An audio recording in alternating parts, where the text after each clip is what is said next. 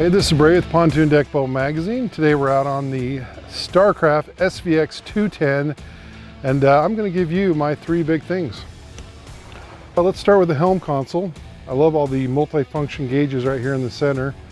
And then you have your nice row of rocker switches, and just an overall simplified design, but still very practical as far as key information right at your fingertips. And of course, one of the main highlights has to be this MerCruiser engine.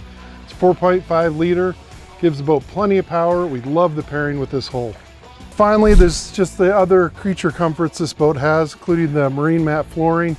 And then check out this, a ratchet seat, so you can lounge back here when you're done.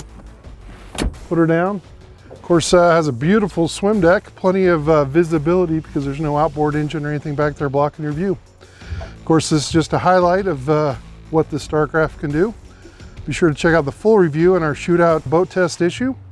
And of course, for other videos, check back to pdbmagazine.com. Thanks for watching.